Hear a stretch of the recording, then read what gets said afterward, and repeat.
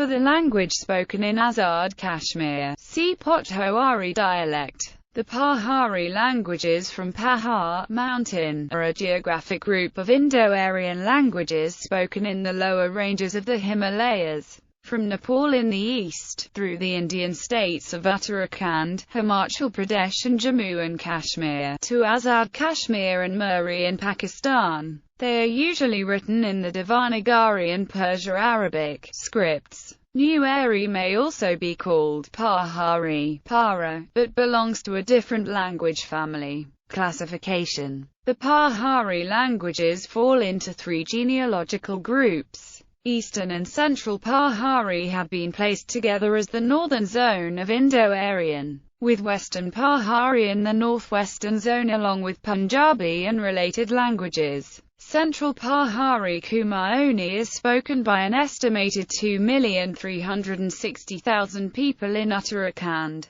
Garhwali. These languages are closer to Rajasthani than they are to Hindi. Eastern Pahari Jumla is spoken by an estimated 40,000 people in the Karnali zone of Nepal. Nepali is spoken by an estimated 11,100,000 people in Nepal, 265,000 people in Bhutan, and 2,500,000 people in the Indian states of Arunachal Pradesh, Assam, Bihar, Haryana, Himachal Pradesh, Manipur, Meghalaya, Mizoram, Nagaland, Sikkim, Tripura, Uttar Pradesh, Uttarakhand, and West Bengal. It is an official language in Nepal and India. Palpa is spoken by an estimated 7,500 people in the Lumbini zone of Nepal. Western Pahari. There are a dozen Western Pahari languages, of which Dogra is the best known, though traditionally considered Pahari, and often Hindi or Punjabi. The Western Pahari languages are more closely related to each other than to other Indo-Aryan languages. 17 to 20% of Jammu and Kashmir speak Pahari languages. In Nepal, Nepali is the native language mainly of the Indo-Aryan population of the hills north of the Mahabharat range up to the limits of rice cultivation, at about 2,500 meters. The mother tongues of most hill tribes of higher elevations are Tibeto-Burman. Nepali is mainly differentiated from Central Pahari through its being affected, both in grammar and vocabulary, by Tibeto-Burman idioms. The speakers of Central and Western Pahari have not been brought into close association with Tibeto-Burmans, and their language is therefore purely Indo-Aryan. Even the Bihari people have adapted this style and also use a wide range of terms from this language. English speakers generally call it Nepali. Kashkura is also called Gorkhali or Gurkhali, the language of the Gurkhas, and Parbatiya, the language of the mountains. Palpa, closely related to Kashkura, is deemed by some authorities to be a separate language. History. The term Kashkura, caste talk, originated in western Nepal where it referred to the tongue of caste, Indo-Aryan rice growers mainly living along streams that enabled irrigation in the highlands where rice couldn't dominate agricultural production, and particularly the knot of highlands separating the Karnali-Bari basin from the Gandaki basin. A complex of Tibeto-Burman dialects called Kamkura, Kam talk, prevailed and persists today among the Kam Magar ethnic group. So the term Kashkura seems to have originated in a Kashkura-Kamkura duality. Perhaps 500 years ago, caste pioneers migrated eastward. They detoured around Kam uplands where rice could hardly be grown to settle in the lowlands of the Gandaki basin. One particular caste family settled in the small Gorkha principality and ruled it for generations. This family was destined to become the Shah family that unified Nepal as we know it today, thus Kashkura came to be called Gorkhali. Prithvinarayan Shah conquered the urbanized Kathmandu Valley, then called Nepal, just east of the Gandaki basin. Nepal became Prithvinarayan's new capital while he and his heirs went on to conquer small principalities for hundreds of miles along the Himalayas. Nepal gradually came to refer to the Shah's entire realm, not just the Kathmandu Valley. Kashkura, Gorkhali became the new country's lingua franca, thus it came to be called Nepali as well. Although the language of the Khasis has disappeared, the tribe is still numerically the most important Aryan one in this part of the Himalaya, and it hence gave its name to its newly adopted speech, which is at the present day locally known as Kashkura. In the manner described above, the Aryan language of the whole Pahari area is now a form of Rajasthani, exhibiting at the same time traces of the old Khasa, Khas language which it superseded, and also in Nepal of the Tibeto-Burman forms of speech by which it is surrounded. Kashkara shows most traces of Tibeto-Burman influence. The gender of nouns is purely sexual, and, although there is an oblique case derived from Rajasthani, it is so often confounded with the nominative, that in the singular number either can be employed for the other. Both these are due to Tibeto-Burman influence, but the non-Aryan idiom is most prominent in the use of the verb. There is an indefinite tense referring to present, past or future time according to the context, formed by suffixing the verb substantive to the root of the main verb, exactly as in some of the neighboring Tibeto-Burman languages. There is a complete impersonal honorific conjugation which reminds one strongly of Tibetan, and, in colloquial speech, as in that tongue, the subject of any tense of a transitive verb, not only of a tense derived from the past participle, is put into the agent case. In Eastern and Central Pahari the verb substantive is formed from the root ak, as in both Rajasthani and Kashmiri. In Rajasthani its present tense, being derived from the Sanskrit present rcc hami, igo, does not change for gender.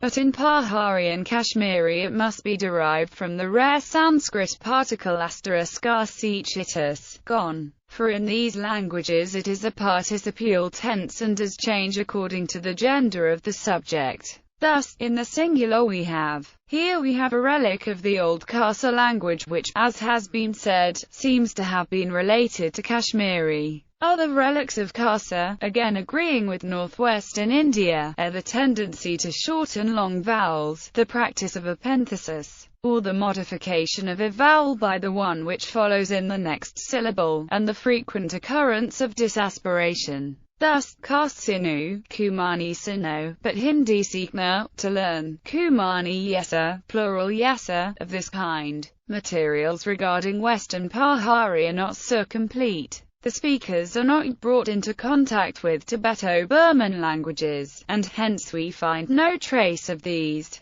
But the signs of the influence of northwestern languages are, as might be expected, still more apparent than farther east. In some dialects epenthesis is in full swing, as in kata, eating, fern, kaiti. Very interesting is the mixed origin of the postpositions defining the various cases. Thus, while that of the genitive is generally the Rajasthani ro, that of the dative continually points to the west. Sometimes it is the Sindhi khe, at other times it is jo, whereas here a locative of the base of the Sindhi genitive postposition jo. In all Indo-Aryan languages, the dative postposition is by origin the locative of some genitive one. In vocabulary, Western Pahari often employs, for the more common ideas, words which can most readily be connected with the Northwestern and Paidkar groups. Kashkara, as its speakers themselves call it, passes under various names.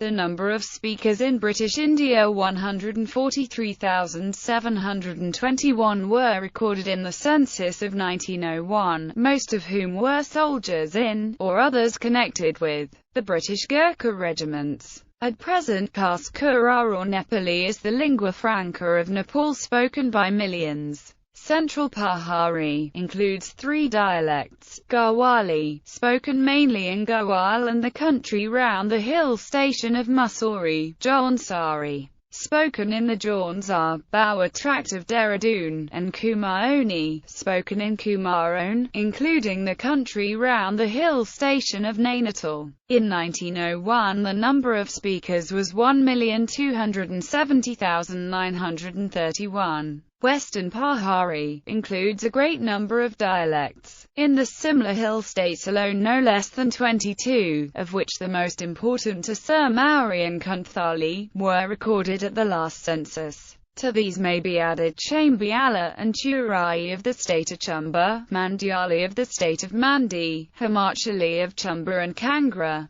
Kaluhi of Kalu and others. In 1901 the total number of speakers was 1,710,029. With increased communication and education, these dialects are coming under greater influence from the national languages. But these communities have never been totally isolated, and the dialects in the East have had other influences, such as Tibetan, which is not an Indo-European language. The Himalayan mountain runs from Pakistan in the west, across northern India and into Nepal. Pahari dialects are found in the Indian states of Himachal Pradesh and Uttarakhand, whilst in Pakistan there are dialects spoken in the eastern part of Khyber Pakhtunkhwa, and also in the northern part of Punjab, as well as across Azad Kashmir. Western Pahari dialects include Potwari, Potwari, Mirpuri, Kangri, Kulu, Mandila, etc. The central Pahari dialects spoken in Uttarakhand include Garhwali, Kumaoni and others.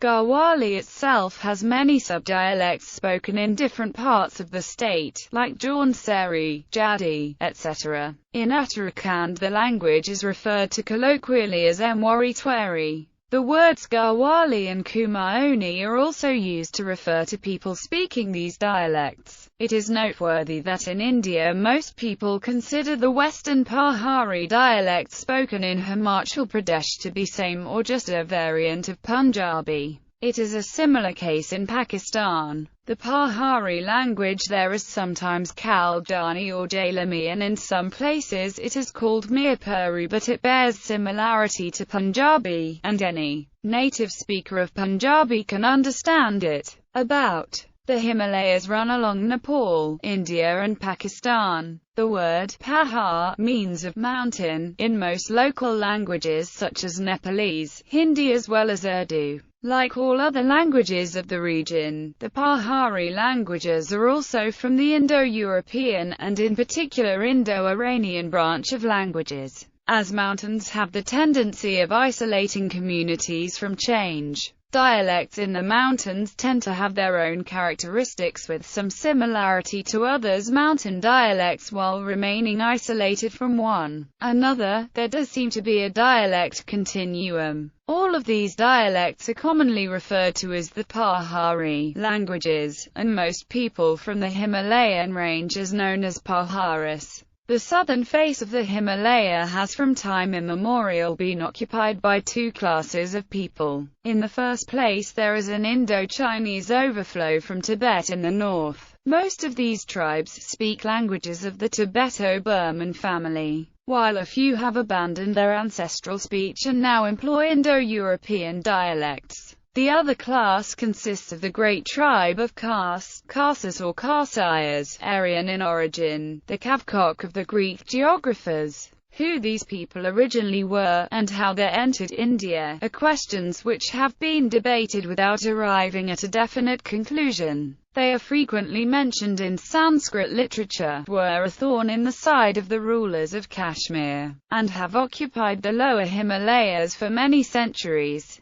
Nothing positive is known about their language, which they have long abandoned. Judging from its relics which appear in modern Pahari, it is probable that it belonged to the same group as Kashmiri, Landa and Sindhi. They spread slowly from west to east, and are traditionally said to have reached Nepal in the early part of the 12th century. In the central and western Pahari tracts, local traditions assert that from very early times there was constant communication with Rajputana and with the great kingdom of Kanayu in the Gangetic Doab. A succession of immigrants, the tide of which was materially increased at a later period, entered the country, and founded several dynasties, some of which survive to the present day. These Rajputs intermarried with the Khaso inhabitants of their new home, and gave their rank to the descendants of these mixed unions. With the pride of birth, these newborn Rajputs inherited the language of their fathers, and thus the tongue of the ruling class, and subsequently of the whole population of this portion of the Himalaya, became a form of Rajasthani, the language spoken in distant Rajputana. The Rajput occupation of Nepal is of later date.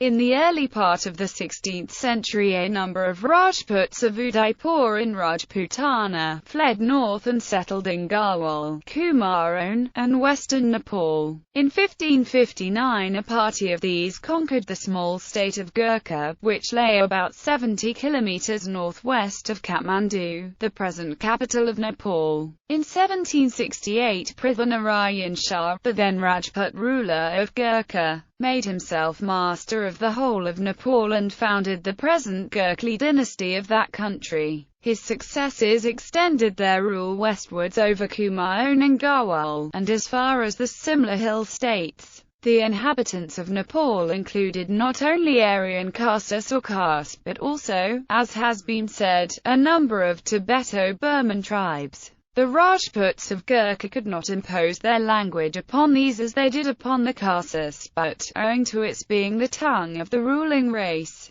it ultimately became generally understood and employed as the lingua franca of this polyglot country.